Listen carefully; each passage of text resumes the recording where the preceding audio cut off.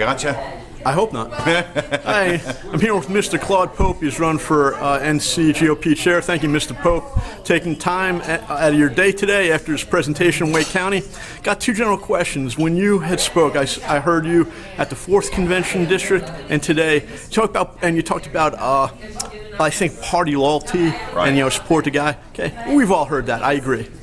My question to you is this, though. I don't think it's a gotcha, and that's this. What is our ultimate allegiance? Is it to the Constitution, the federal Constitution, the state Constitution, or the party? The ultimate allegiance is to our country, of course. Our country wasn't founded with political parties in mind. It was founded with the Constitution. The Constitution is our contract with America. But since the founding, and if you go back and look at the Federalist Papers and all the other historical documents, our founders were not in agreement even on the Constitution. It was a struggle for them to get enough states to vote to ratify the Constitution. We have always been a nation of parties. They just didn't call them parties then. They abhorred parties, but the fact is you had denominations, if you would, of political thought, Federalists or Independent, Jeffersonians, et cetera, et cetera. So, the role of political parties is to try to coalesce like-minded people into an organization that can use that collective power of the ballot box and affect change to what they believe in. And so if you're going to have a party and you're going to stick to your party's principles, your platforms, et cetera, then you need to be loyal to that party. It's a common thing to request, cajole loyalty. It's not an easy thing to do. Some people are loyal in spite of the fact, but they gnaw their teeth and they go into the ballot box and they vote. Because at the end of the day, we all have a common enemy. And if we don't stick together, we will certainly fail.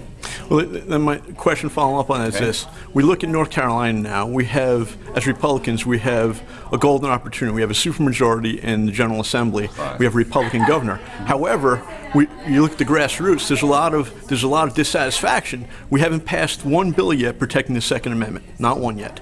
All we've done is delay the implementation of Obamacare, because by state law, we've said we're going to cooperate with Health and Human Services to establish the exchange. You look at other states like Alabama, for instance, they passed a state law, they invoked the 10th Amendment, and they said, hey, in Alabama, because there's no federal law, there's nothing in the Constitution that says you have to buy health care, that's illegal in this state.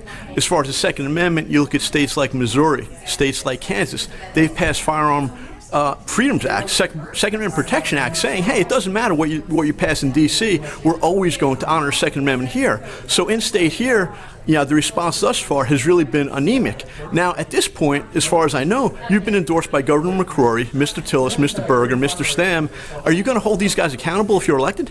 Well, certainly you hold them accountable, and you do it the right way.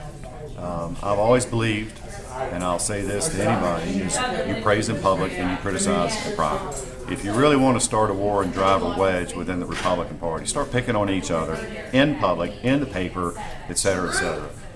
Who wins when the party is split like that? The Democrats win. It's not the approach you take. First of all, you got 140 years of pent-up demand on the right, and the right is frustrated. They're frustrated because now we've got the power, and they want everything to change yesterday. You're not going to change 140 years of liberalism in one term, one governor, two governors. We need a 30-year majority or more. Yeah. And with that, you got to make sure that you're setting your priorities. The first priority these guys had is to unscramble the mess that the Democrats left behind from a budgetary standpoint. We were raiding trust funds and golden leafs and the highway trust fund, for example. All that stuff was just an utter mess. You've got some social issues that are coming in there, and those are great, but you've also got a lot of fiscal budgetary issues that are coming in there as well. You can't do it all at one time. I understand. You got to be patient, and you got to give these guys some love while you're holding their feet to the fire. Yeah, it's just, I'm just saying. That was two questions. Okay, but just a follow-up. So when you talk about holding them accountable, again, when all these guys are endorsing you, how are you going to do you think you're really in a position to do that? Of course I am. Of course I am. And, but you're their guy. I mean, I'm their guy, and I'm also there to let them know where the grassroots stands too. because you can't operate in a vacuum. And you can't just build a shield or a wall around these guys and say everything's rosy, hunky-dory, just keep doing what you're doing. They need the feedback, and they need the feedback from the leadership of the party. And I'm not only prepared, I've already given that feedback, and I'll continue to give that feedback. But you know what I'm going to do in public? I got to back them up. They're our guys. They're our guys. And I want them to succeed. And if they succeed, our agenda, a bite at a time, is going to get through. But it's not going to happen overnight, and it's not going to happen in one term, and it may not even happen in 2 or 3 terms. So you got to be patient, and you got to let the process go. No, I agree. I said 2 questions. The clarification, though, sir. Just clarification Sure. on Obamacare. We had states like Alabama, because some people in North Carolina General Assembly, Skip Stam, for example, he'll privately tell legislators that want to nullify Obamacare it can't be done. Now, that's not true. Where do you stand? Do you believe, like Alabama, we can nullify Obamacare? Do you want to get rid of it in state? I'd love to get rid of it. Absolutely. Why not? I got 75 employees. Think of what it's going to do to me. How many employees do you have? None. You don't have any employees? And I want to get rid of it. You don't.